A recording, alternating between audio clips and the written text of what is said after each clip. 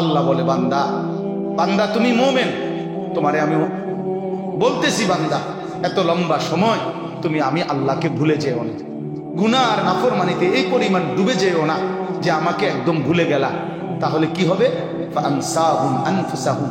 একদিন আমি সত্যি সত্যি আমি যদি নারাজ হই, সেদিন আমি তোমাকে, তোমার আখিরাত, তোমার কবর, তোমার পরকাল, তোমার পরকালীন জিন্দেগি সব ভুলাইয়া দেব, আত্মভুলা করে দেব।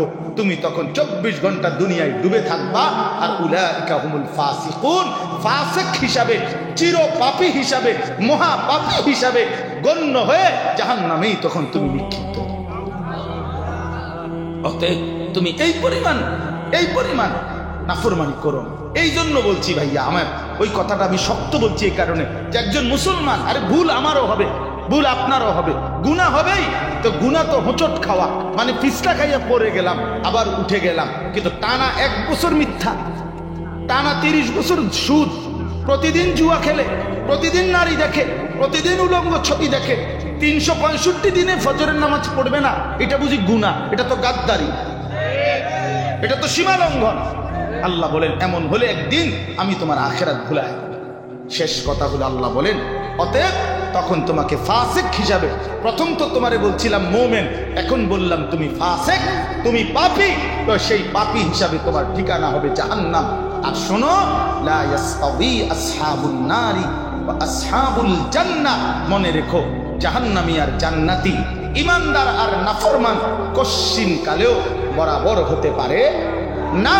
আসহাবুল জান্নাতি হুমুল ফাইজুন, মনে রেখো যারা জান্নাতি, যারা নেককার, যারা ঈমানদার, তারাই কেবল সফল কামিয়াব, কৃতকার্য, সফল।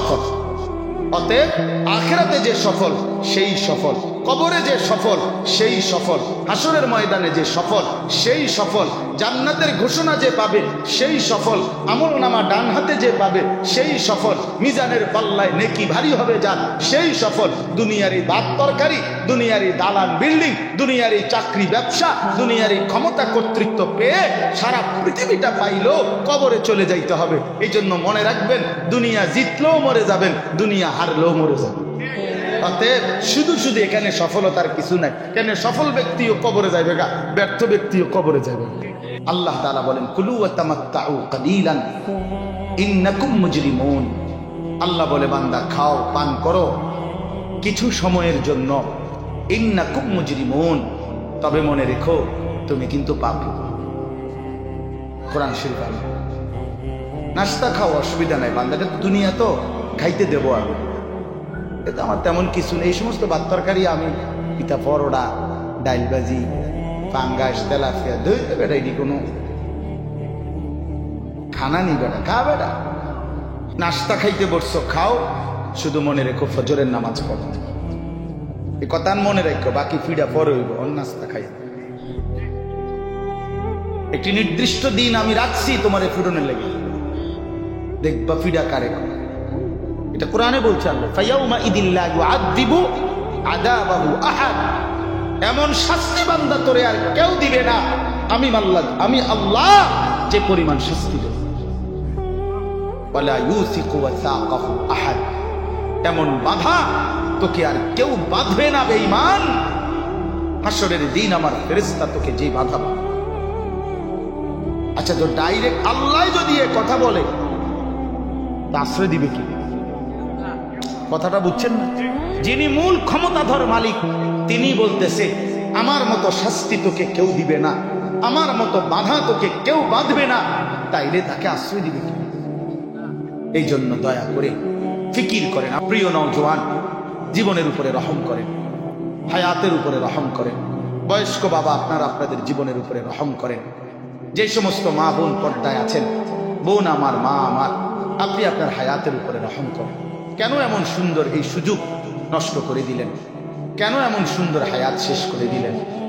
আমার শায়েখ দামাত বারাকাতুহু বলেন যে তাকওয়া মানেই হলো এই দুই কথা, আমার দ্বারা কোনো গুনাহ হবে না, কোনো আমল ছুটবে না। ওয়াল তানদুর নাফসুম মা কদ্দাবাত লিগাদ, আল্লাহ বলে প্রত্যেকেই আলাদা আলাদা ভাবে হিসাব করো, লক্ষ্য করো, নজর করো, আজকের দুনিয়া থেকে আগামীকালকের আখিরাতের জন্য কি পাঠিয়েছো। এখানেই সময়। কিছু পাঠাইলে এখান থেকেই পাঠাইতে হবে, কবর থেকে না, হাসরের ময়দান থেকে না, এই দুনিয়া থেকে পাঠাইতে হবে আখিরাত। এই জন্য আল্লাহ বলছে লক্ষ্য রেখো, হিসাব করো আজকের দুনিয়া থেকে আগামীকালকের আখিরাতের জন্য তুমি কি পাঠিয়েছ, কি পাঠিয়েছ।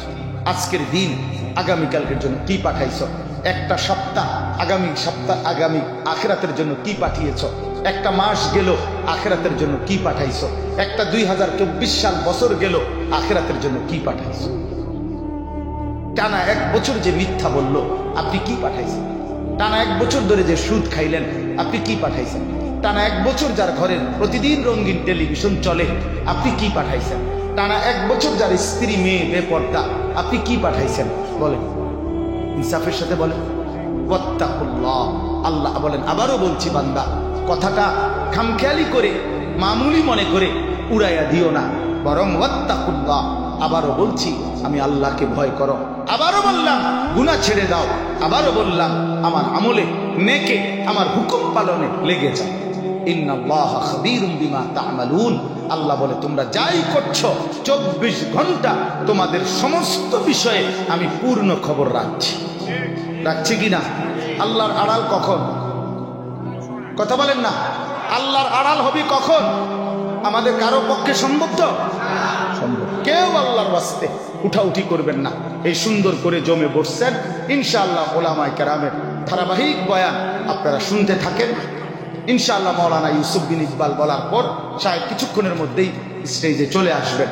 আল্লাহ আপনাদেরকে কবুল করেন, তৌফিক দান করেন।